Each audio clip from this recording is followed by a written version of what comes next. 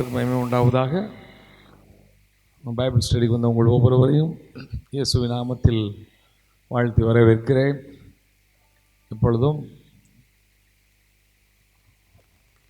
வாசிப்போம்.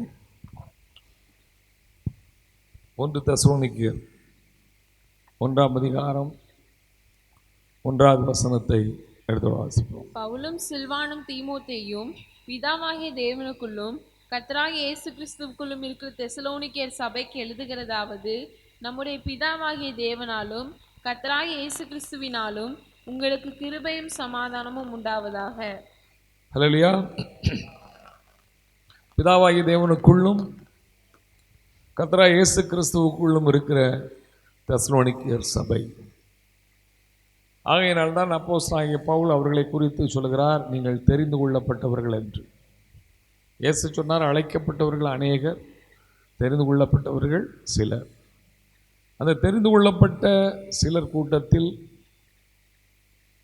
நீங்கள் நான் இருக்க வேண்டுமென்றால் நம்முடைய ஆவிக்குரிய வாழ்க்கை கிறிஸ்துவுக்குள் கர்த்தருக்குள் கட்டப்பட வேண்டும். ஆகையினால் இதை குறித்து நாம் தொடர்ந்து தியானித்து கொண்டிருக்கிறோம்.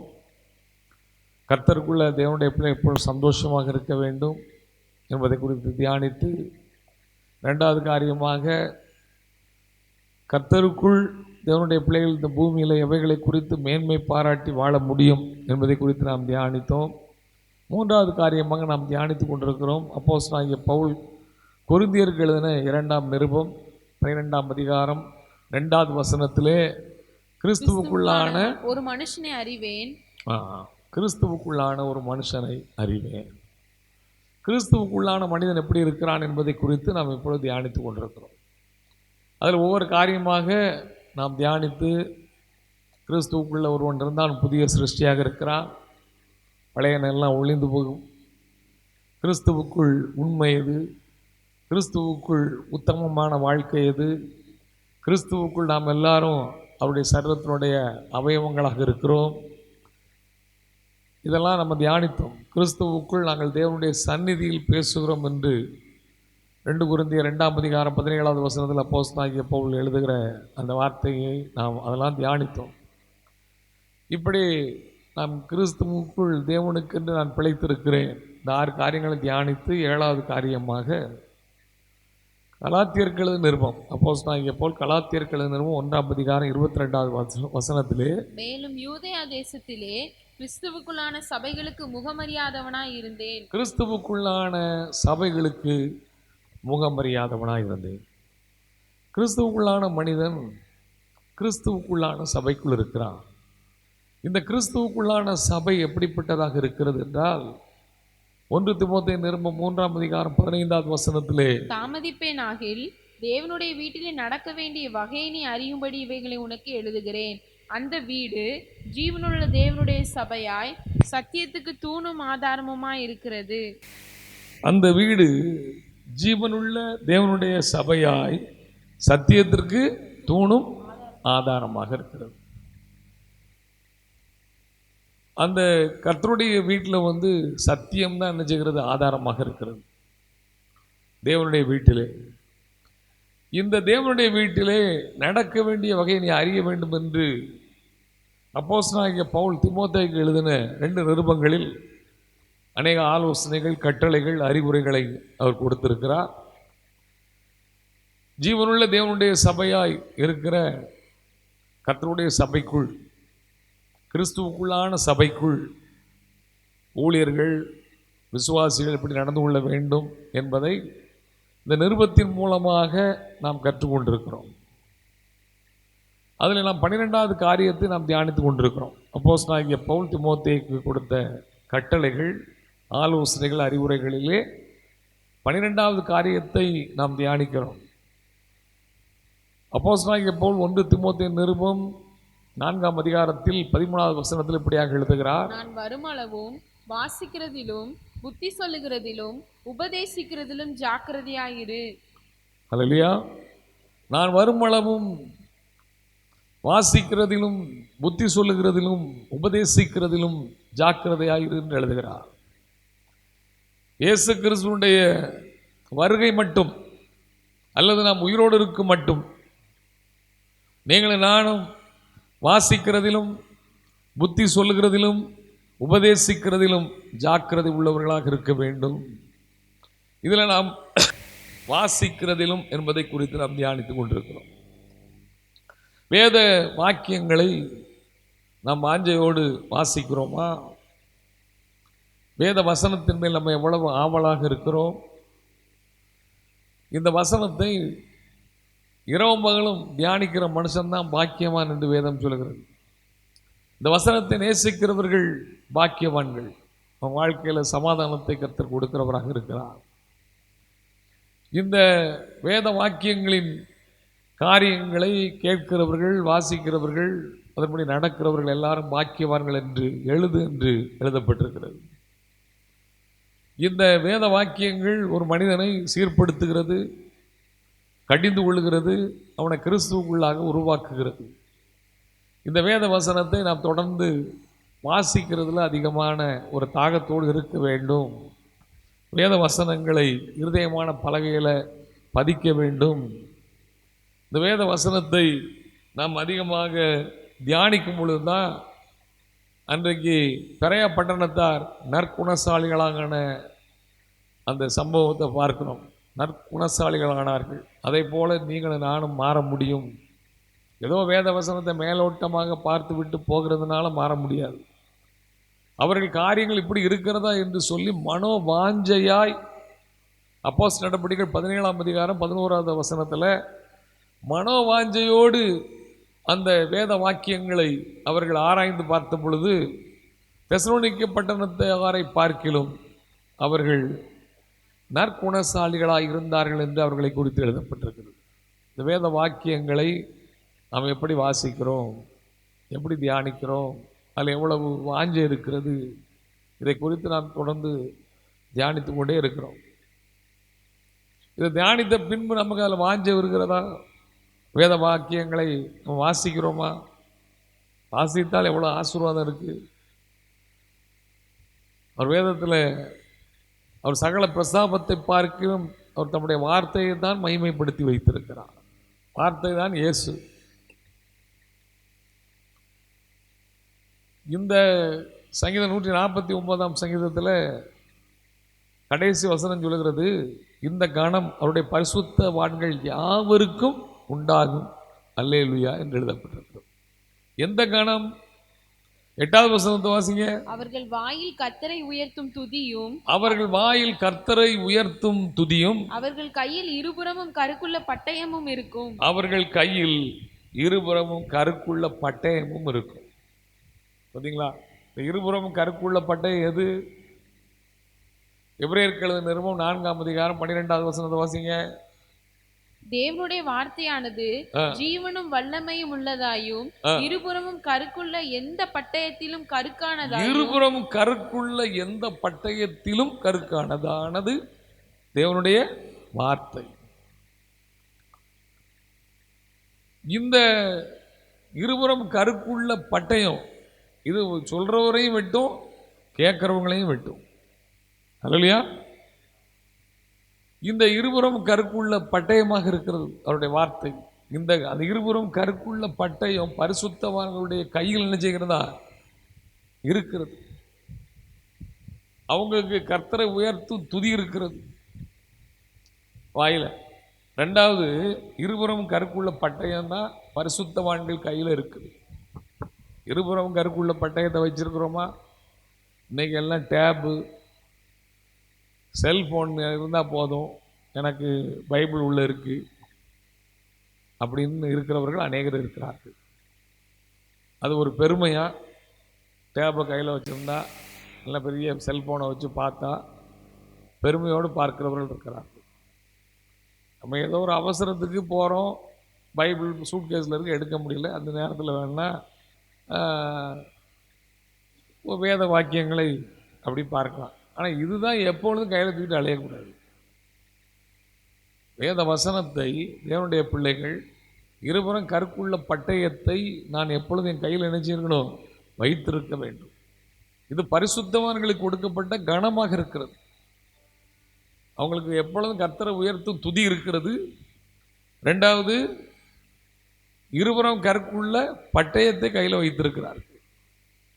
அப்போ தேவனுடைய பிள்ளைகள் பரிசுத்த வாழ்வு வாழ வேண்டும் என்றால் இந்த வசனம் எப்பொழுதும் நம்ம கூட என்ன செய்யணும்? இருக்கணும். இந்த உலகத்தில் நம்ம எல்லாவற்றையும், ஒரு மனிதன் மரித்து போனான்னா அவன் போகும்போது எப்படி தான் போவான்? வெறுமையாக தான் போவான். நான் போகும்போது எனக்கு ஏதாவது சொத்து கூட வருமா? எவ்வளவு தங்க நகை வைத்திருந்தாலும் ஒன்றையும் கொண்டு போக முடியாது. எவ்வளோ பணம் வச்சுருந்தாலும், ஒரு பெரிய பணக்காரர், கோடீஸ்வரர், பணத்திலே மிதந்தார், அதனால் பெட்டியில் கொஞ்சம் பணத்தெல்லாம் போட்டு ஆளை வச்சு யாராவது புதைப்பாங்களா? ஒருத்தரும் என்ன செய்ய மாட்டாங்க, செய்ய மாட்டாங்க. மகா அலெக்சாண்டர் அவனுடைய பெட்டியில் 2 ஓட்டையை போட்டு 2 கையையும் தூக்கி அப்படி நிப்பாட்டி கையில் வச்சுருந்தாங்க. நான் போகும்போது வெறுமையாக போகிறேன்னு சொல்லி எல்லாருக்கும் தெரியணும்னு சொல்லி. ஒன்றையும் ஒரு மனிதன் கொண்டு போக முடியாது. நம்ம படிக்கும்போது படிச்சிருக்கிறோம், செல்வம் இப்படிலாம் அழிஞ்சிரும், ஆனால் கல்வி ஒருபோதும் என்ன செய்யாது? அழியாது. இதெல்லாம் நம்ம படிச்சிருக்கோம். ஒரு மனிதன் வயசாகிட்டான்னு அவன் கல்வி கூட என்ன செய்யுது? மறந்து போயிடுது. மறதி வந்துருச்சுன்னா அவன் கல்வி ஞாபகம் இருக்குமா? ஒரு மனிதனுக்கு வயசு ஒரு 75 வயசு 80 வயசு ஆகுது, அம்னீஷியாவா அப்படிப்பட்ட டிசீஸ் வந்துருச்சுன்னா அந்த மனிதனுக்கு தான் படித்தது எல்லாம் என்ன செய்யணும்? மறந்து போயிடும். ஒரு மோசே சகல சாஸ்திரங்களையும் கற்று தேர்ந்தவர், எகிப்தில் உள்ள சகல சாஸ்திரங்களையும் கற்று தேர்ந்தவர். ஆனால் அவருக்கு எல்லாமே என்ன செய்துட்டு 80 வயசில் ஆடு மேய்ச்சிக்கிட்டு இருக்கிறாரு. ஆண்டவரே, நான் ஒன்றுமே அறியாதவன், நான் திக்குவாயன்னு சொல்கிறார். ஆனால் சங்கீதம் 119ஆம் சங்கீதத்தில் 98வது வசனத்தை வாசிங்க. நீர் உம்முடைய கற்பனைகளை கொண்டு என்னை என் சத்துருக்களிலும் அதிக ஞானமுள்ளவனாக்குகிறீர். அவைகள் என்றைக்கும் என்னுடனே இருக்கிறது. அல்லேலூயா. என்றைக்கும் நம்ம கூட இருக்கிறது எதுதான் இருக்குது? அவருடைய வார்த்தை இருக்கு. அல்லேலூயா. அவருடைய வேத வசனம் நமக்குள்ள என்றைக்கும் அழியாமல் இருக்கும். ஏனென்றால் அது இயேசு. அல்லேலூயா. இந்த வேத வாக்கியங்களை 97வது வசனத்தில் சொல்றதுனால தான் நான் எவ்வளவு பிரியமாக இருக்கிறேன், நாள் முழுவதும் அது என் தியானம். இந்த வேத வாக்கியத்தை அதுக்கு முக்கியத்துவம் கொடுத்து யார் அதை வாசிக்கிறாங்களோ, அதில் வாஞ்சியாக இருக்கிறாங்களோ, அவங்க கர்த்தரால் ஆசீர்வதிக்கப்பட்டவர்களாக இருப்பார்கள். அல்லேலூயா. வேத வாக்கியங்கள் அதுக்கு கொடுக்க வேண்டிய கணத்தை கொடுக்கணும். அதான் ஒரு மனிதன் சொல்கிறார், ஒரு மனிதனுடைய வாழ்க்கையின் அலங்கோலம், ஒரு விசுவாசியினுடைய வாழ்க்கையின் அலங்கோலம் எங்கே தெரிகிறது என்றால் அவன் வேத புத்தகத்தில் உள்ள தூசியில் இருந்து தெரிகிறது. வாசிக்கிறதே கிடையாது, அது பாட்டில் கிடக்கும். ஞாயிற்றுக்கிழமை எடுத்துகிட்டு என்ன செய்கிறது? ஓடி வர்றது. அப்படிப்பட்ட பேர் நிறைய விசுவாசிகள் இருக்கிறார். ஞாயிற்றுக்கிழமை விசுவாசிகள் அன்னைக்கு அடித்து பிறண்டு நேரம் ஆகிட்டுன்னு சொல்லிட்டு ஓடி வரும்போது வேத புத்தகத்தை, பைபிளை எங்கே வச்சேன் தேடி எடுத்து அதுக்கு பிறகு அதை தூக்கிக்கிட்டு தூசி கீசியை தட்டிட்டு வருவாங்க. ஒரு மனிதனுடைய ஆவிக்குரிய வாழ்க்கையில் ஒரு விசுவாசியினுடைய அலங்கோலம் அவனுடைய வேத புத்தகத்தில் உள்ள தூசியில் தெரிகிறது. இந்த வேத புத்தகத்தை நம்ம எப்படி நம்ம வைத்திருக்கிறோம்? நம்ம ஒவ்வொரு நாளும் குளித்து ட்ரெஸ் பண்ணி மற்றவர்களுக்கு முன்பாக நீட்டாக இருக்கணும்னு நம்ம விரும்புகிறோம். அதை போல தான் நம்ம வீடு இருக்கணும். அதே போல தான் நம்முடைய கர்த்தருடைய வேத புஸ்தகம், அவருடைய ஆலயம், ஒவ்வொன்றும் அதுக்கு முக்கியத்துவம் கொடுக்கணும். அதுக்கு யார் முக்கியத்துவம் கொடுக்கிறார்களோ அதற்கேற்றபடி தான் ஆசீர்வாதம் வரும். தேவனுடைய பிள்ளைகள் அதை மறந்துடக்கூடாது. எஸ்ராவினுடைய நாட்கள், நெகேமியாவுடைய நாட்களில் சிறையிருப்பிலிருந்து வந்தவர்கள் சிறையிருப்புக்கு போன பின்பு கர்த்தருடைய வேதத்தை மறந்து விட்டார்கள், நியாயப்பிரமாணத்தை மறந்து விட்டார்கள், தங்கள் மனம் போன போக்கிலே வாழ்ந்தார்கள், அந்நிய ஸ்திரீகளை திருமணம் செய்தார்கள், பரிசுத்த வித்து அந்நிய காரியத்தில் கலந்து போனது. இப்படிப்பட்ட காலங்கள், சூழ்நிலைகள், கர்த்தருக்கு விரோதமான காரியங்கள் அந்த ஜனங்களுக்கு இருந்தது. அப்பொழுதுதான் அங்கே எஸ்ரா நெகேமியாவின் நாட்களில் நெகேமியாவின் புஸ்தகம், நெகேமியாவின் புஸ்தகத்தில் 8ஆம் அதிகாரத்தில் 1 முதல் 3 வசனத்தை வாசிங்க. ஜனங்கள் எல்லாரும் தண்ணீர் வாசலுக்கு முன்னான வீதியிலே ஒருமனப்பட்டு கூடி கர்த்தர் இஸ்ரவேலுக்கு கற்பித்த மோசேயின் நியாயப்பிரமாண புஸ்தகத்தை கொண்டு வர வேண்டும் என்று வேத பாரகனாகிய எஸ்ராவுக்கு சொன்னார்கள். ஜனங்கள் எல்லாரும் சொல்றாங்க, நீங்க அந்த நியாயப்பிரமாண புஸ்தகத்தை நினைச்சீங்க கொண்டு வாங்க. அப்படியே 7ஆம் மாதம் முதல் தேதியில் ஆசாரியனாகிய எஸ்ரா நியாயப்பிரமாணத்தை புருஷரும் ஸ்திரீகளும் கேட்டு அறியத்தக்க அனைவருமாகிய சபைக்கு முன்பாக கொண்டு வந்து தண்ணீர் வாசலுக்கு முன்னான வீதிக்கு எதிரே இருந்து காலமே தொடங்கி மத்தியானம் மட்டும் புருஷருக்கும் ஸ்திரீகளுக்கும் கேட்டு அறியத்தக்க மற்றவர்களுக்கும் முன்பாக அதை வாசித்தான். எவ்வளவு நேரம் வாசித்திருக்காங்க? காலையில தொடங்கி, காலமே தொடங்கி அப்படின்னா ஒரு 6 மணிக்கே தொடங்கிட்டாங்கன்னு நினைக்கிறேன். மத்தியானம் வரைக்கும் வாசிக்கிறார். யோசித்து பாருங்க, இன்னைக்கு 1/2 மணி நேரம், 3/4 மணி நேரம், 1 மணி நேரம் கூட நம்ம இருந்து கேட்பதற்கு அதற்கு முடியாது. ஏன்னா எனக்கு நிறைய பிஸி, நிறைய வேலைகள் எனக்கு இருக்கிறது. காலமே தொடங்கி மத்தியானம் வரைக்கும் அதை அந்த ஜனங்களுக்கு முன்பாக எஸ்ரா வாசித்தார்.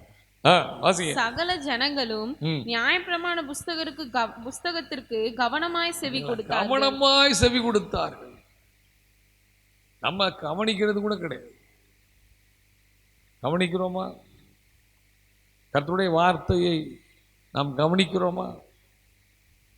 கர்த்தருடைய வார்த்தையை நம்ம இருதயத்தில் பதிக்கிறோமா? 4வது வசனத்தில் வாசிங்க. வேதபாரகனாகிய எஸ்ரா அதற்கென்று மரத்தால் செய்யப்பட்ட ஒரு பிரசங்க பீடத்தின் மேல் நின்றான். அவன் அண்டையில் அவனுக்கு வலது பக்கமாக மத்தித்யாவும் செமாவும் அனாயாவும் உரியாவும் இல்கியாவும் மசையாவும், அவனுக்கு இடப்பக்கமாக பெதாயாவும் மீசவேலும் மல்கியாவும் அசூமும் அஸ்பதனாவும் சகரியாவும் மெசுலாமும் நின்றார்கள். எஸ்ரா சகல ஜனங்களுக்கும் உயர நின்று சகல ஜனங்களும் காண புஸ்தகத்தை திறந்தான். அவன் அதை திறந்தபோது ஜனங்கள் எல்லாரும் எழுந்து நின்றார்கள். கர்த்தருடைய வார்த்தையை திறந்த உடனே எழுந்து நிற்கிறார். யோசித்து பாருங்க, கர்த்தருடைய வார்த்தைக்கு நம்ம கனத்தை கொடுக்கணும். அவருடைய வார்த்தை வாசிக்கப்படும் பொழுது எல்லாரும் நினைச்சாங்களா? ஜனங்கள் எல்லாரும் எழுந்து நின்றார்கள். அப்பொழுது எஸ்ரா மகத்துவமுள்ள தேவனாகிய கர்த்தரை ஸ்தோத்தரித்தான். ஜனங்கள் எல்லாரும் தங்கள் கைகளை குவித்து அதற்கு மறுமொழியாக ஆமேன் ஆமேன் என்று சொல்லி குனிந்து முகக்குப்புற விழுந்து கர்த்தரை பணிந்து கொண்டார்கள். எசுவா, பானி, செரேபியா, யாமின், அக்கூப், சபதாயி, ஓதியா, மாசையா, கேலிதா, அசரியா, யோசபாத், ஆனோன், பெலாயா என்பவர்களும் லேவியரும் நியாயப்பிரமாணத்தை ஜனங்களுக்கு விளங்க பண்ணினார்கள். நியாயப்பிரமாணத்தை காலமே இருந்து மத்தியானம் வரைக்கும் வாசித்துட்டு இப்ப நியாயப்பிரமாணத்தை கவனமாய் செவி கொடுத்த ஜனங்களுக்கு நியாயப்பிரமாணத்தை அவர்களுக்கு என்ன செய்தார்களா? விளங்க பண்ணினார்கள்.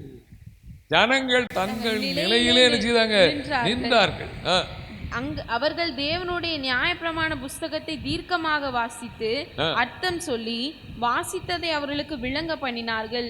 ஜனங்கள் எல்லோரும் நியாயப்பிரமாணத்தின் வார்த்தைகளை கேட்டபோது அழுதபடியால் திர்ஷதா எனப்பட்ட நெகேமியாவும் வேதபாரகனாகிய எஸ்ரா என்னும் ஆசாரியனும் ஜனங்களுக்கு விளக்கம் காட்டின லேவியரும் சகல ஜனங்களை நோக்கி, இந்த நாள் உங்கள் தேவனாகிய கர்த்தருக்கு பரிசுத்தமான நாள், நீங்கள் துக்கப்படவும் அளவும் வேண்டாம் என்றான். அல்லேலூயா.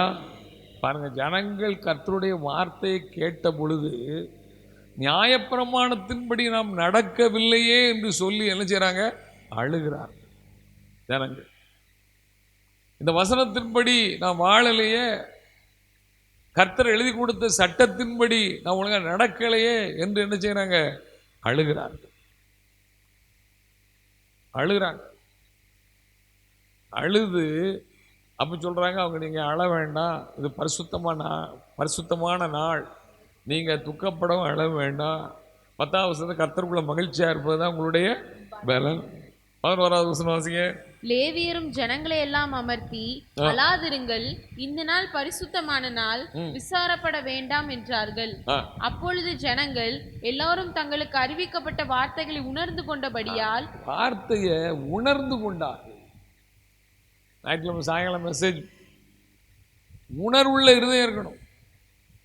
அவர்கள் உணர்ந்து கொண்டபடியால் புசித்து குடிக்கவும் பங்குகளை அனுப்பவும் மிகுந்த சந்தோஷம் கொண்டாடவும் போனார்கள்.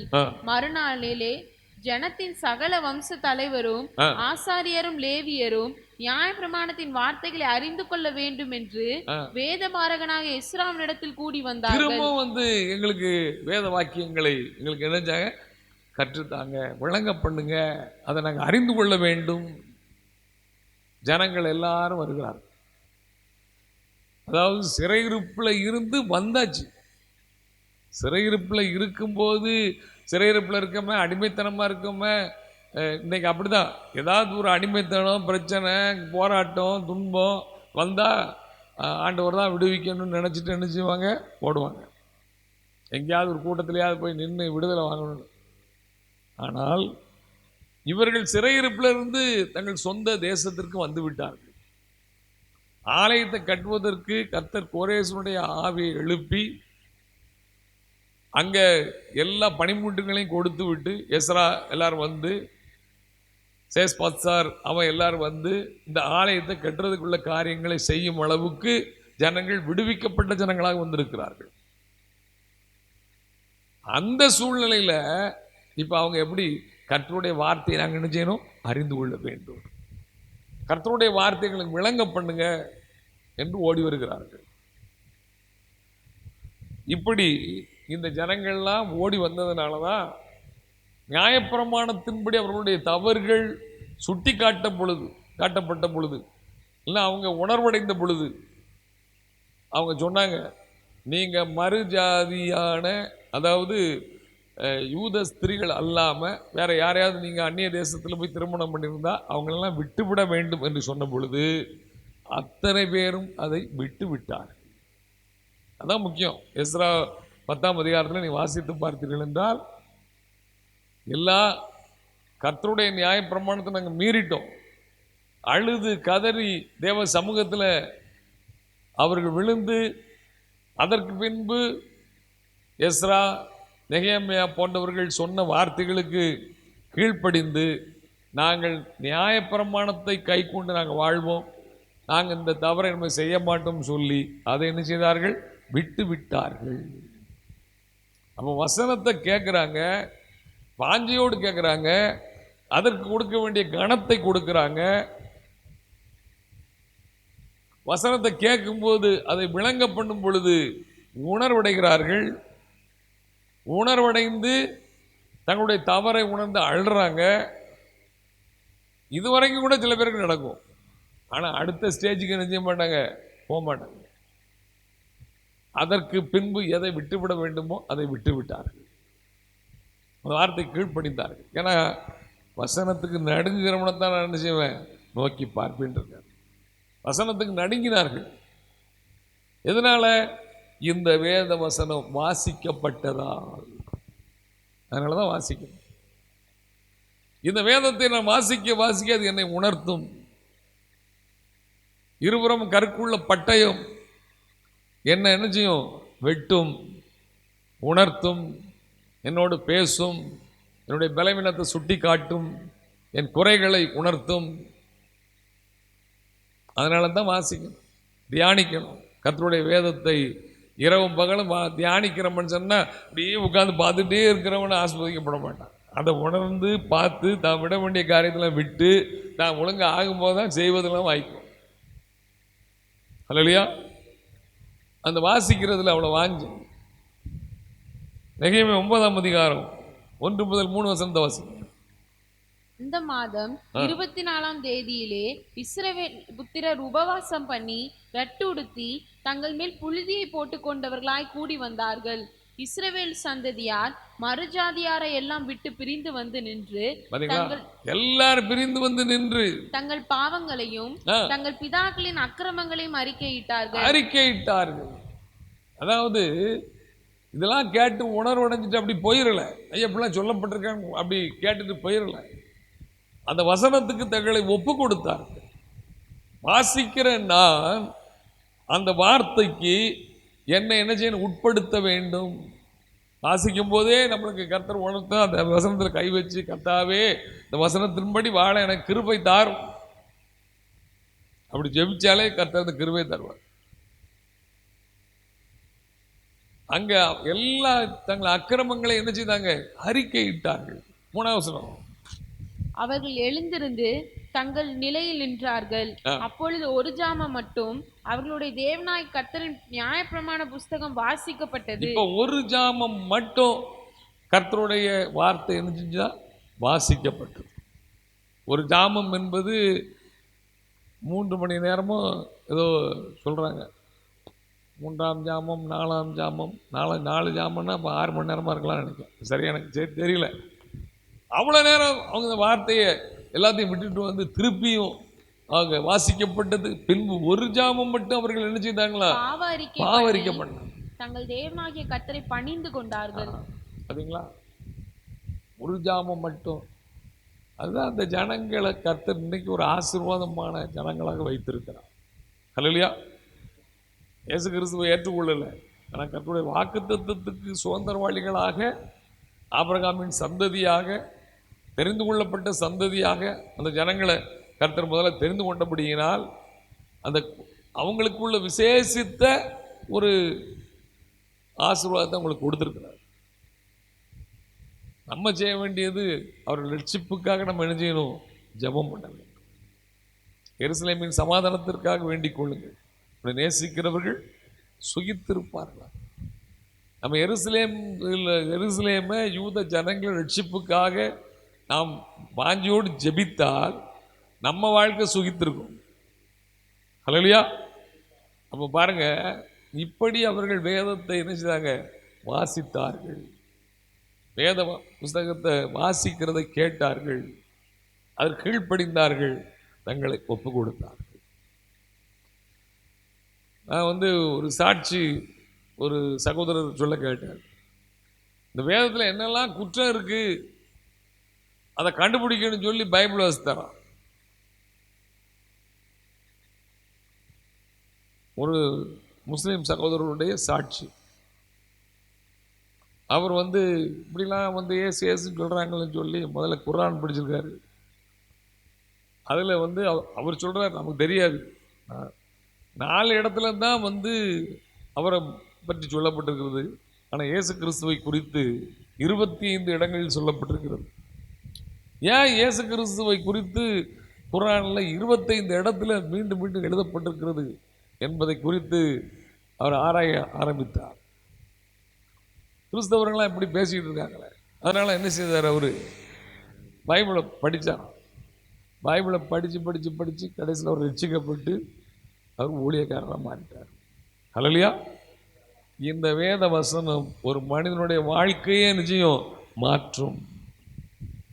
ஹல்லேலூயா. அவருடைய வார்த்தையில் அவ்வளோ வல்லமை இருக்கிறது. அதான் எபிரேயர் 4ஆம் அதிகாரம் 12வது வசனத்தை வாசிங்க.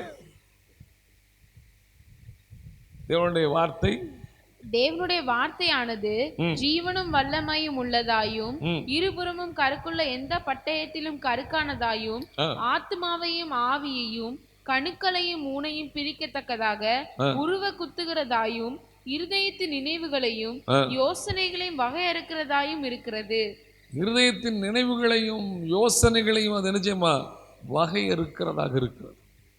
நம்ம சிந்திக்கிறத கூட வேத வசனம் நமக்கு தெளிவுபடுது.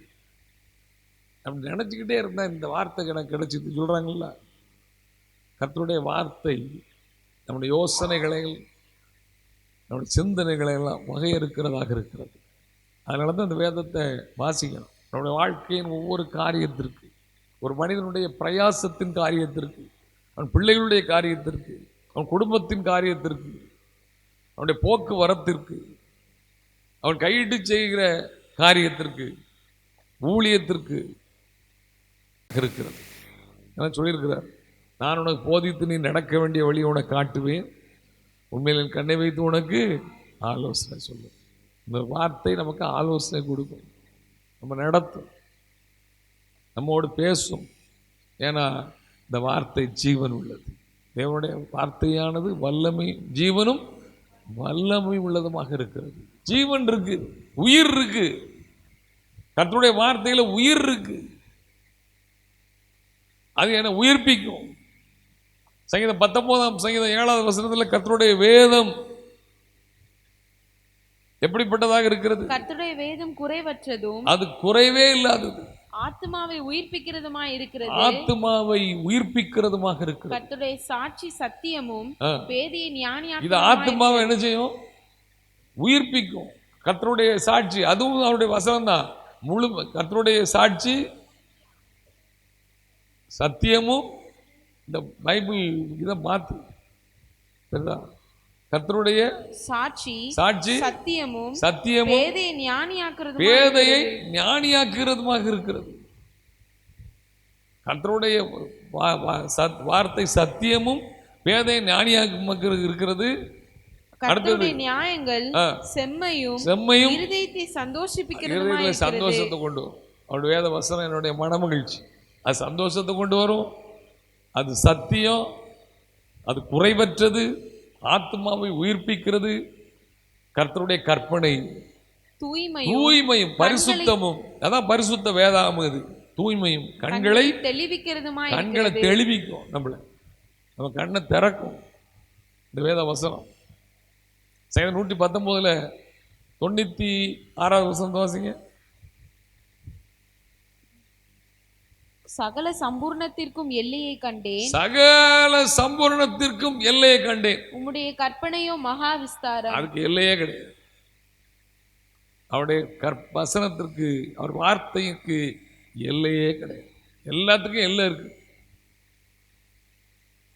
கடலுக்கு கூட கர்த்தர் எல்லை, சமுத்திரத்துக்கு கூட எல்லையை வச்சிருக்கிறார். அது தன் எல்லையை விட்டு மீறாதபடிக்கு அதற்கு மணற்குன்றுகளை ஏற்படுத்தி கர்த்தர் தான் வச்சிருக்கிறார். அல்லையா? அதுக்கு ஒரு எல்லையை வச்சிருக்கிறார். அதுக்கு ஒரு தாழ்பால் போட்டு அடைச்சி வச்சிருக்கிறாருன்னு சொல்றாரு. அல்லையா? ஆனா சகல சம்பூர்ணத்திற்கும் எல்லையை கண்ட. ஆனா உடைய வேதமோ, உடைய வசனமோ, உடைய வார்த்தையோ, உடைய கற்பனையோ மகா விஸ்தாரமாக இருக்கிறது. அதனாலதான் எந்த ஒரு மனுஷனும் நான் இந்த வேதத்தை கரைச்சி குடிச்சிட்டேன், நீங்க மற்ற இதெல்லாம் கரைச்சி குடிச்சிருப்பாங்க, சொல்லுவாங்க நான் அந்த ஒவ்வொருத்தருக்கும் ஒரு புக் இருக்குன்னா அந்த புக்கெல்லாம் நான் கரைச்சி குடிச்சுவேன். இதை யாரும் கரைச்சி குடிக்க முடியாது. இல்லையா? இதை யாரும் கரைச்சி குடிக்க முடியாது. அது கரைச்சி குடிச்சேன்னு சொன்னா கடல்ல என்னத்தையே கொண்டு கரைச்சா அது எப்படி இருக்கும்? ஒண்ணுமே தெரியாது. அதே மாதிரி ஆயிடும். இந்த வார்த்தை ஜீவன் உள்ளதாக இருக்கிறது, வல்லமை உள்ளதாக இருக்கிறது, இருபுறமும் கருக்குள்ள பட்டயமாக இருக்கிறது. அதனால தான் இந்த வசனத்தை நீ வாசிங்கன்னு சொல்லப்பட்டிருக்கு. இந்த வார்த்தைக்கு முக்கியத்துவம் கொடுங்க. இந்த வசனத்தை வாசிக்க கூடாதபடிக்கு நிறைய காரியங்களை செய்தவர்கள் உண்டு. நாங்கள் மட்டும்தான் வாசிப்போம், நீங்கள் கேட்கணும், வேறு யாரும் வாசிக்கக்கூடாதுன்னு சொல்லி இருந்த நாட்கள் உண்டு. இந்த வார்த்தைகள் அப்படியே கிரேக்க எழுத்தில் இருக்கணும், இல்லைன்னா லத்தீனில் இருக்கணும், இங்கிலீஷில் மொழிபெயர்க்கவே படக்கூடாது என்று மொழிபெயர்த்தவர்களெல்லாம் கொலை செய்த நாட்கள் உண்டு. கர்த்தர் சொல்றாரு, என் வேதத்தின் மகத்துவத்தை அவர்கள் கைகளில் எழுதி கொடுத்தேன், அவர்களோ அதை அந்நிய காரியமாக எண்ணினார். அப்படின்னா அர்த்தம் என்ன? அப்பவுமே கர்த்தர் திட்டம் தீட்டிட்டாரு, எல்லா மொழிகளிலும் இந்த வேதம் என்ன செய்யும்? மொழிபெயர்க்கப்படும். எல்லா மக்களுடைய கையிலையும் அவங்கவுங்க மொழியில் அதை வாசிப்பாங்க. அல்லையா? அப்படிதான் கர்த்தருடைய திட்டம். அதனால இந்த ராஜ்யத்தினுடைய சுவிசேஷம் பூலோகம் எங்கும் சகல ஜாதிகளுக்கும் சாட்சியாக பிரசங்கிக்கப்படும். அப்பொழுதுதான் முடிவு வரும். அப்போ அந்தந்த உலகம் முழுவதும் உள்ள எல்லா ஜனத்துக்கு போதுன்னா அந்தந்த ஜனங்கள் அவர்கள் பேசுகிற மொழியிலே இது என்ன செய்யும்? மொழிபெயர்க்கப்படும் என்பதை கர்த்தர் சொல்றார்.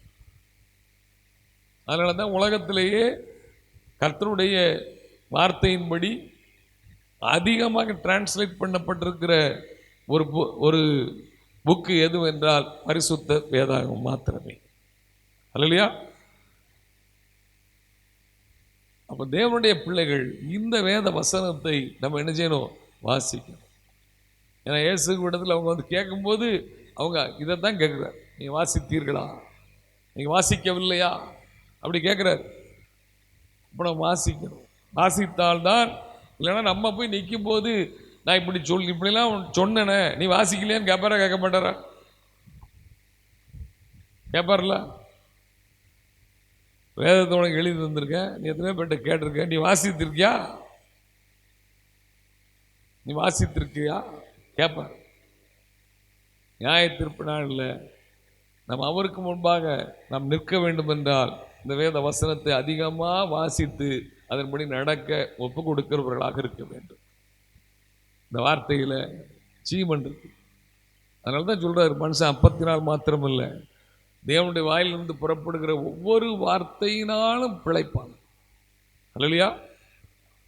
ஒவ்வொரு வார்த்தையினாலும், அந்த ஒவ்வொரு வார்த்தையும் நம்மை பிழைக்க செய்கிறதாக இருக்கு. வானமும் பூமியும் ஒளிந்து போகும், என் வார்த்தைகள் ஒரு நாள் என்ன செய்யாது? ஒளிந்து போகும். வானமும் பூமியும் ஒளிந்து போனாலும் இந்த நியாயப்பிரமாணத்தில் எழுதப்பட்டிருக்கிற ஒரு வார்த்தையின் உறுப்பாயிலும் அழிந்து போகாதுன்னு சொல்லியிருக்கிறார். ஒரு துணை எழுத்து கூட அழிஞ்சு போகாது அவருடைய வேத வசனத்தில். அதனால சொல்றாரு, இந்த வேத வசனத்தில் நான் என்ன அவர் தந்திருக்கிறாரோ அதன்படி வாசிக்கணும். அதன்படி ஆவியானவர் நமக்கு அப்போஸ்தலருடைய உபதேசம், இயேசு கிறிஸ்து நமக்கு சொல்லி கொடுத்த உபதேசத்துக்குள்ளே நம்ம இருக்கணும். கண்ட உபதேசங்கள் இதில் ஒரு வார்த்தை நீ எதையும் கூட்டாத, குறைக்காத. நீ கூட்டுனா குறைச்சா இதில் வச்சு இதில் உனக்கு வச்சிருக்கிற பங்கை கர்த்தர் நினைச்சுவார் எடுத்து போட்டுருன்னு சொல்லியிருக்கிறார். எத்தனை பேர் மாய்மாலமாக இதை செஞ்சுக்கிட்டு இருக்காங்க. கர்த்தருடைய சத்தியத்தை மாய்மாலமாக புரட்டி பேசுகிறவர்கள் எத்தனையோ பேர் இருக்கிறாங்க. அவனுக்கெல்லாம் பங்கு கிடையாது. அப்போ இது பயப்படணும், இந்த வார்த்தைக்கு நடுங்கணும். கர்த்தருடைய வார்த்தையை சொல்வதற்கு நான் நினைச்சேனும் நடுங்கணும், பயப்படணும். அப்படிப்பட்ட உணர்வுள்ள இருதயம் நமக்கு இருக்கணும். எப்போ இதை வாசிக்க வாசிக்க வாசிக்க அந்த கர்த்தருக்கு பயப்படுகிற பயத்தையும் கர்த்தர் கொடுப்பான். இந்த வாஞ்சியோடு வாசித்து இந்த வசனத்தின்படி வாழ்வதற்கு நம்மை ஒப்பு கொடுக்கும் பொழுது கர்த்தருக்கு பயப்படுகிற பயத்தோடு நாம் வாழுகிறவர்களாக இருப்போம். அதான் அவர் சொல்றாரு, நீதிமொழிகளின் புத்தகம் 2ஆம் அதிகாரம் 1 முதல் 5 வசனத்தை வாசிங்க. என் மகனே, நீ உன் செவியை ஞானத்திற்கு சாய்த்து உன் இருதயத்தை புத்திக்கு அமைய பண்ணும் பொருட்டு நீ என் வார்த்தைகளை ஏற்றுக்கொண்டு என் கட்டளைகளை உன்னிடத்தில் பத்திரப்படுத்தி. நீ என் வார்த்தைகளை ஏற்றுக்கொண்டு இந்த கட்டளைகளை என்ன செய்யணும்? இந்த உலகத்தில் நம்ம அதை பத்திரப்படுத்தணும், இதை பத்திரப்படுத்தணும் அப்படின்னு நினைக்கும். யோசித்து பாருங்க. பணத்தை பத்திரப்படுத்தணும், நகையை பத்திரப்படுத்துகிறோம், ஒரு சாவியை கூட பத்திரப்படுத்துகிறோம். இதெல்லாம் நமக்கு தேவை. ஆனால் வார்த்தையை பத்திரப்படுத்தியிருக்கோமா? கர்த்தருடைய வார்த்தை அது பொக்கிஷம், அதை பத்திரப்படுத்தி இருக்கோமா? பத்திரங்களை பத்திரமாக வைத்திருக்கிறோம். அது இல்லைன்னா ஒன்றுக்கும் உதவாம நம்ம இருக்கிற வீட்டுக்கு பத்திரம் இல்லைன்னு சொன்னால் யாரும் அதை என்ன செய்ய மாட்டாங்க, ஏற்றுக்கொள்ள மாட்டாங்க. ஆனால் நீ எதை பத்திரப்படுத்தணுமா? நீ என் வார்த்தைகளை ஏற்றுக்கொண்டு என் கட்டளைகளை உன்னிடத்தில் பத்திரப்படுத்தி ஞானத்தை வா என்று கூப்பிட்டு புத்தியை சத்தமிட்டு அழைத்து அதை வெள்ளியை போல நாடி புதையல்களை தேடுகிறது போல் இந்த வார்த்தையை புதையல்களை தேடுகிறது போல தேடுவாயாகில் அப்பொழுது கர்த்தருக்கு பயப்படுதல் இன்னதென்று நீ உணர்ந்து. பாத்தீங்களா? இதுக்குள்ளதான் கர்த்தருக்கு பயப்படுகிற பயமும் இருக்கு. கர்த்தருக்கு பயப்படுதல் என்னதென்று நீ உணர்ந்து தேவனை அறியும் அறிவை கண்டடைவாய். அதை கண்டடைந்தா அதான் நித்திய ஜீவன். ஹல்லேலூயா. அப்ப இந்த வசனத்துக்கு எவ்வளவு முக்கியத்துவம் கொடுக்கணும்? முக்கியத்துவம் கொடுக்கப்பட வேண்டாதவைகளுக்கு நாம் நிறைய முக்கியத்துவம் கொடுக்கணும். எதுக்கு முக்கியத்துவம் கொடுக்குமோ அது கொடுக்காததுனால வேதனை இல்லாத ஐஸ்வர்யத்தை பெறாமல் இருக்கிறோம். அன்பு தேவ பிள்ளைகளே, இந்த வார்த்தைக்கு நீங்க கனத்தை கொடுங்க. என்னை கனம் பண்ணுகிறவர்களை நான் செய்வேன், கனம் பண்ணுவேன் இருக்கிறார. அவர் தானே வார்த்தை. இந்த வார்த்தையை நம்ம அசட்டை பண்ணணும்னா எப்படி? வாஞ்சையோடு வாசித்து தியானித்து, நான் உண்மை தியானிக்கிற தியானம் இனிதாக இருக்கிறது. நான் உயிரோடு இருக்கும் மட்டும் கர்த்தரை என்ன செய்வேன், தியானிப்பேன்னு சொல்றான். அப்போ அந்த தேவ வேத வசனத்தை நம்ம தியானிக்கிறவர்களாக, வாசிக்கிறவர்களாக. இஸ்ரேல் தேசத்தில் போயிருக்கும் பொழுது தாவீதின் கல்லறை பார்ப்பதற்காக கூட்டிகிட்டு போனாங்க. இன்னும் தாவீதின் கல்லறை அங்கே இருக்கு, ஒரு பெரிய பில்டிங்கில் வச்சுருக்காங்க. அதுக்குள்ளே போயிட்டு நாங்கள் அதை அப்படியே பார்த்துட்டு வரோம். அதாவது இதெல்லாம் வந்து என்னென்னா தாவீது, இதெல்லாம் சரித்திர சான்று, உண்மையாக இந்த பைபிளில் உள்ளது அத்தனையும் உண்மை, சத்தியம். அப்படி அங்கே பார்த்தீங்கன்னா அங்கே உள்ள ஜூஸ், யூதர்கள் உட்கார்ந்து அவங்க பழைய ஏற்பாட்டு தானே பின்பற்றுறாங்க, புதிய ஏற்பாட்டை ஏற்றுக்கொள்ளல. உட்கார்ந்து வாசிக்கிறாங்க. எப்படி வாசிக்கிறாங்க பார்த்தீங்களா? அப்படியே அந்த ஸ்க்ரோல் அந்த மாதிரி அந்த புக்கு மாதிரி எடுத்து அப்படியே ஆடி ஆடி ஆடி லேடிஸ் ஜென்ட்ஸ் எல்லாம் அப்படி வாசிக்கிறாங்க, சாப்பிட்ற மாதிரி. உங்களுடைய வார்த்தைகள் எனக்கு கிடைத்த உடனே அவைகளை நினைச்சதேன் உட்கொண்டேன் என்று எரேமியா சொன்னது போல, அது வார்த்தைகளை சாப்பிட்ற மாதிரி அவ்வளோ வாஞ்சியோடு அப்படியே ஆடி ஆடி அவங்க வாசிக்கிற இப்படி தான் வாசிக்கிறாங்க.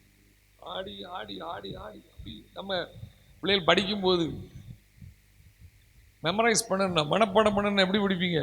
அடித்து அடித்து நெஞ்சில் அடித்து அடித்து ஏற்றுவாங்கல்ல, அதே மாதிரி ஏற்றுறாங்க கர்த்தருடைய வார்த்தை. யோசித்து பாருங்க. நம்ம வந்து வசனத்தை முக்கியத்துவம் கொடுக்கணும்.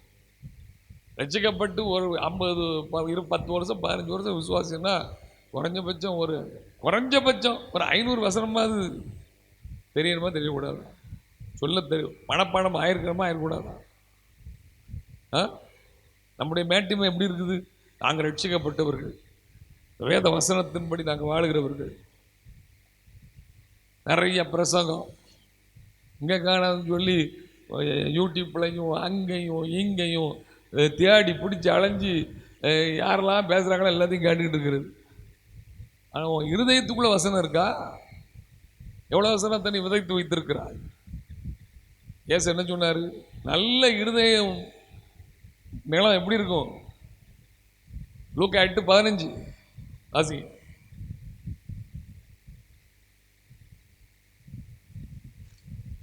நல்ல நிலத்தில் விதைக்கப்பட்டவர்கள் வசனத்தை கேட்டு அதை உண்மையும் நன்மையுமான இருதயத்திலே காத்து பொறுமையுடனே பலன் கொடுக்கிறவர்களாக இருக்கிறார். 50 வருஷம் 40 வருஷம் விசுவாசி அப்படின்னு சொல்லி ஆளுக பண்ணிக்கிட்டு இருக்கிற கூட்டம் இருக்கு உட்காந்து. அதனால சபைக்குள்ளே அங்கே பிரச்சனை, அடிப்படி நடக்குது. உனக்கு வசனம் 100 வசனம் சொல்ல தெரியுமா? ஒரு 500 வசனம் தெரியுமா? 50-40 வருஷம் விசுவாசிக்கு இருதயத்தில் பதிச்சு வச்சிருக்கிறியா? அதுலெல்லாம் நீ முன்னேறணும். உனக்கு அதனால தான் கனி கொடுக்குற வாழ்க்கை இல்லை.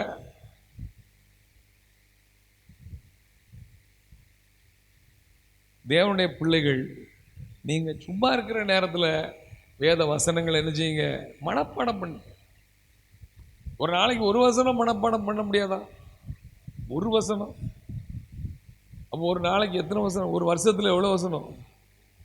அப்போ நம்ம என்ன செய்யலாம்? அந்த என் வேதத்தின் மகத்துவத்தை எழுதி கொடுத்தேன், அவர்களோ அந்நிய காரியமாக எண்ணினார். நம்ம இருதயத்தின் நிறைவினால் வாய் பேசும். ஏன் உங்களுக்குள்ளே சண்டைகளும் யுத்தங்களும் பிரச்சனைகளும் வருகிறது? உங்க இருதயத்துக்குள்ள வேத வசனம் என்ன செய்யல? இல்லை. நம்ம இருதயம் வசனத்தினால் நிறைந்திருந்தால், வசனத்தின்படி அவங்க பேசுறாங்களா, வசனம் இப்படி சொல்லுதுல, இப்படி பேசலாமா, அப்படி சொல்லுவோமா சொல்ல மாட்டோமா? ஏன் சொல்ல முடியல?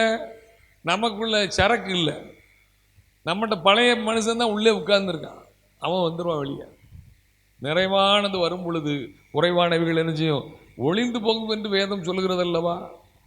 அப்போ ஒளிந்து போகணும்ல. தேவனுடைய பிள்ளைகள் இந்த வசனத்தை வாசிக்கிறதுல தியானிக்கிறதுல அதிகமாக வாஞ்சிக்கணும். நீங்கள் உங்கள் 60 வயசு 70 வயசில் நான் சொன்ன இந்த அம்னீசியா மறதி, சில பேருக்குலாம் 50 வயசுலேயே மறந்துட்டு கிடக்காங்க. எல்லாம் இப்போவே மறக்குது. நீ டெய்லி வசனத்தை மனப்பாடம் பண்ணுங்க, மறதி வராது. மனப்பாடம் பண்ணிட்டு விட்டுறக்கூடாது. இப்போ 1ஆம் தேதி ஒரு வசனத்தை வந்து நீங்கள் இருதயத்தில் ஏற்றியாச்சு. 10ஆம் தேதி அதே வசனத்தை சொல்கிறீங்கன்னா சொல்ல தெரியுமா? 1ஆம் தேதி 2ஆம் தேதி ஒரு வசனம் எப்படி 1 2 சேர்த்து சொல்லணும். 3ஆம் தேதி வசனம் 1 2 3 சொல்லணும். இப்படி இருந்தால் தான் வசனம் நிற்கும். அப்போ அதுக்கு நான் முக்கியத்துவம் கொடுத்தா அதில் நான் அதிகமாக என்ன செய்வேன்? அந்த வசனங்களை நான் மீண்டும் மீண்டும் ரிப்பீட் பண்ணுவேன். எனக்கு வேண்டியது என்னுடைய உள்ளான மனிதனை புதுப்பிக்க வேண்டும் என்றால், அவன் பலமுள்ளவனாக இருக்க வேண்டும் என்றால், அவன் பரிசுத்தமானவனாக இருக்க வேண்டும் என்றால், இந்த வேத வசனம் மாத்திரமே அவனை என்ன செய்யும்? உருவாக்கும், அவனை கட்டி எழுப்பும். வசனத்தை வாஞ்சிக்கும். வசனத்தை இருதயமான பலகையில் என்ன செய்யணும்? எழுதிக்கொள் என்று எழுதப்படுறது. அதுதான் உனக்கு அலங்காரம் சொல்லப்படுறது. அவன் கழுத்திலே பூண்டுகொள். அப்படி இருந்துட்டாலே நீதிமொழிகள் 3ஆம் அதிகாரத்தில் 4வது வசனம் சொல்லுது, அதனால் தேவனுடைய பார்வையிலும் மனுஷனுடைய பார்வையிலும் தயையும் நற்புத்தியும் பெறுவார். நீதிமொழிகளின் புஸ்தகம் 3ஆம் அதிகாரம் 10வது வசனத்திலிருந்து வாசிங்க. அப்பொழுது உன் களஞ்சியங்கள் பூரணமாய் நிரம்பும், உன் ஆலைகளில் திராட்சரசம் புரண்டோடும். என் மகனே, நீ கர்த்தருடைய சிற்றையை அற்பமாக எண்ணாதே, அவர் கடிந்து கொள்ளும் போது சோர்ந்து போகாதே. தகப்பன் தான் நேசிக்கிற புத்திரனை சிட்சிக்கிறது போல கர்த்தர் எவனிடத்தில் அன்பு கூறுகிறாரோ அவனை சிட்சிக்கிறார்.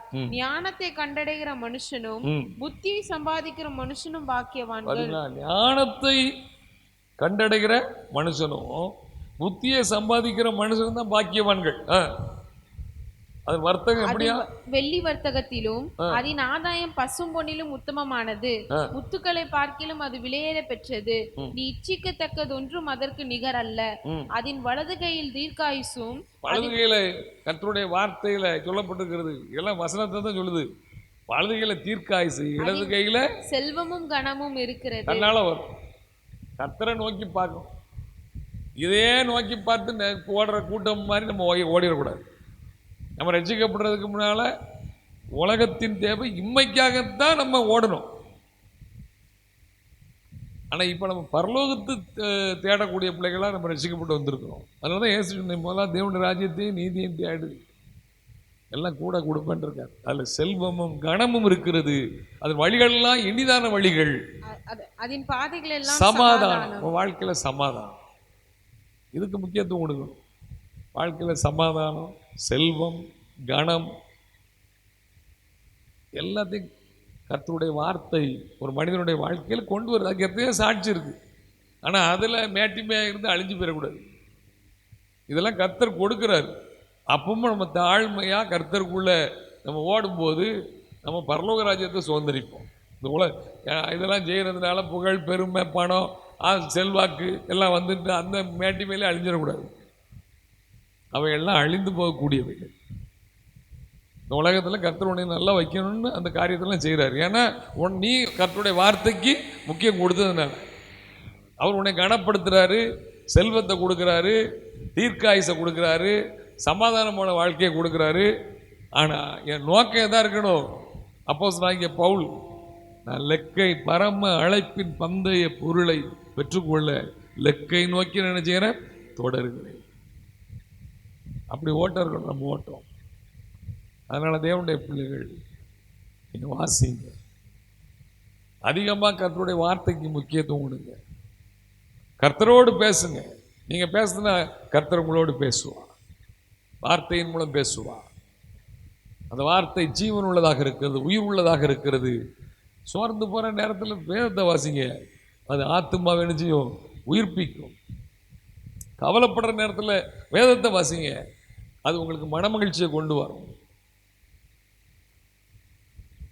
நம்ம இப்படி பேசிட்டோமே, நம்ம இப்படி நடக்கிறோமே, வேதத்தை வாசிங்க, நற்குணசாலியாக மாற்றும். ஹல்லேலூயா. அப்படி வேதத்தை முக்கியத்துவம் கொடுக்கணும். அந்த வேதத்தை தியானித்து அதன்படி நடப்பதற்கு ஒப்பு கொடுத்தா செய்வதெல்லாம் என்ன செய்தோம் வாய்க்கும். அது குறையை சுட்டி காட்டும். ஆண்டவரே, இந்த குறை எனக்கு இருக்கு, இதன்படி சரி பண்ணி இந்த வார்த்தையின்படி வாழ எனக்கு கிருபை தாங்கன்னு கேட்டால் நம்மை கர்த்தர் நமக்கு அந்த பாவத்திலிருந்து மீறுதல்களிலிருந்து விடுதலை கொண்டு வருகிறதாக இருக்கிறது.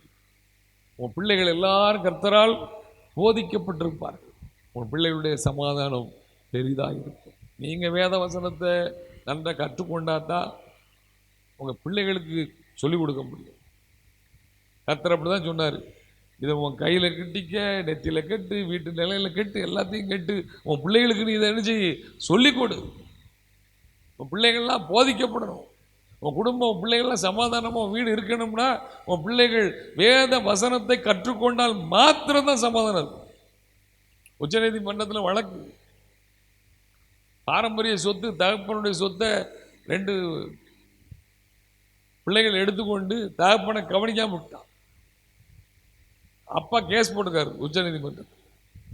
ஜட்ஜி பிடிச்சி விரட்டுறாரு, நீ ஒன்றுமே சம்பாதிக்கலை, அவர் சம்பாத்தியம் பண்ண அவருடைய பணத்தில் வச்சு வாழ்ந்துக்கிட்டு அவரை நீ தள்ளி இருக்கிறியா, விளக்கம் கொடுன்னு சொல்லி கேட்டிருக்கிறாரு. பிள்ளைகள் பார்த்தீங்களா, நம்ம பிள்ளைகள் கிறிஸ்துக்குள்ளே வளர்ந்தால், வேத வாக்கியங்களுக்குள்ளே வளர்ந்தால் அங்கே சமாதானம் இருக்கும், சந்தோஷம் இருக்கும் குடும்பத்துக்குள்ளே. தேவனுடைய பிள்ளைகள் இதுக்கு முக்கியத்துவம் கொடுக்கணும். நமக்கு தேவை அவருடைய வார்த்தை தான், அது வாழ வைக்கும். ஒரு நாள் வெட்கப்பட்டு போவதே கிடையாது. தேவனுடைய பிள்ளைகள் கர்த்தருடைய வார்த்தைக்கு முக்கியத்துவம் கொடுப்போம். அதுக்கு அதிகமாக தியானிங்க, வாசிங்க, கேட்பதற்கு வாஞ்சி உள்ளதாக இருங்க. அதையும் யாக்கோபு எழுதுகிறார். யாக்கோபு எழுதின நிருபம், அப்போஸ்தலனாகிய யாக்கோபு எழுதின நிருபம் 1ஆம் அதிகாரம் 19வது வசனமா, ஆகையால் என் பிரியமான சகோதரரே, யாவரும் கேட்கிறதற்கு தீவிரமாயும், இதை சொல்லும் போது கேட்கறதுக்கு எப்படி இருக்கணுமா, தீவிரமா இருக்கணும். பேசுகிறதற்கு பொறுமையாயும், நீங்க பேசுறதுக்கு பொறுமையா இருக்கணும், கோபப்படுறதுக்கு தாமதமாயும் இருக்கு. கர்த்தருடைய வார்த்தை கேட்கறதுல தீவிரமா இருக்கணும். நீதிமொழிகள் 28:9 சொல்கிறது, வேதத்தை கேளாதபடி தன் செவியை விளக்குவனுடைய ஜெபம் கர்த்தருக்கு அருவருப்பானது. அதனால இந்த வேத வசனத்துக்கு தான் அவர் முக்கியத்துவம் கொடுத்திருக்கிறார். அதை தான் பிரஸ்தாவப்படுத்தியிருக்கிறார். உலகம் முழுவதும் வார்த்தை தான் பிரஸ்தாவமாக்கி கொண்டிருக்கிறது. அதுதான் இயேசு. ஹல்லேலூயா. அதுக்கு முக்கியத்துவம் கொடுப்போம். இன்னும் வாசிக்கிறதுக்கு வாஞ்ச வரட்டும். கர்த்தர் நம்மோடு தொடர்ந்து பேசுவாராக. நாம் ஜெபிப்போம். எங்கள் அன்பின் பரலோக பிதாவே, ஆசீர்வதிக்கப்பட்ட இந்த பைபிள் ஸ்டடியிலும் கர்த்தாவே எங்களோடு பேசின வார்த்தைகள், அன்றைக்கு இஸ்ரவேல் ஜனங்கள், யூத ஜனங்கள் எல்லாரும் உணர்வடைந்தது போல ஒரு உணர்வடைந்த இருதயத்தோடு உடைய வேதத்தில் பிரியமாக இருந்து அதை வாசிக்க, தியானிக்க, அதன்படி நடக்க, ஒப்பு கொடுக்க எங்களுக்கு அதிக கிருபைகளை தாங்க. இருதயமான பலகைகளை பதித்து கொள்ளக்கூடிய கிருபைகளை தாங்க கர்த்தாவே. அதுதான் எங்களோடு என்றென்றைக்கு கூட இருக்கிறதப்பா. அதுதான் எங்களை வாழ வைக்கிறது, எங்களை நடத்துகிறது, போதிக்கிறது. கர்த்தாவே, ஆவியானவர் எங்களை கற்றுத்தருவீராக. அந்த ஒவ்வொரு பிள்ளைகளும் கர்த்தாவை கேட்ட சத்தியத்தின்படி அதிகமாய் வேத வசனங்களில் நிலைத்திருக்க, வாஞ்சிக்க, தியானிக்க கிருபை தாங்க. ஆவியானவர் ஒவ்வொரு பிள்ளைகளுக்கும் கண்களை திறப்பீராக. உடைய நாமம் மகிமைப்படட்டும். துதிகன மகிமையெல்லாம் உமக்கே செலுத்துகிறோம். மீட்பர் ரட்சகருமான இயேசு கிறிஸ்துவின் வல்லமையுள்ள நாமத்தில் ஜெபிக்கிறோம் ஜீவனுள்ள நல்ல பிதாவே, ஆமென். ஆத்துமாவே கர்த்தரை ஸ்தோத்தரி, என் முழு உலகமே பரிசுநாமத்தை ஸ்தோத்தரி. ஆத்துமாவே கர்த்தரை ஸ்தோத்தரி, கர்த்தர் செய்த சகல உபகாரங்களை மறவாதே. Amen. Hallelujah, hallelujah, hallelujah. Praise the Lord.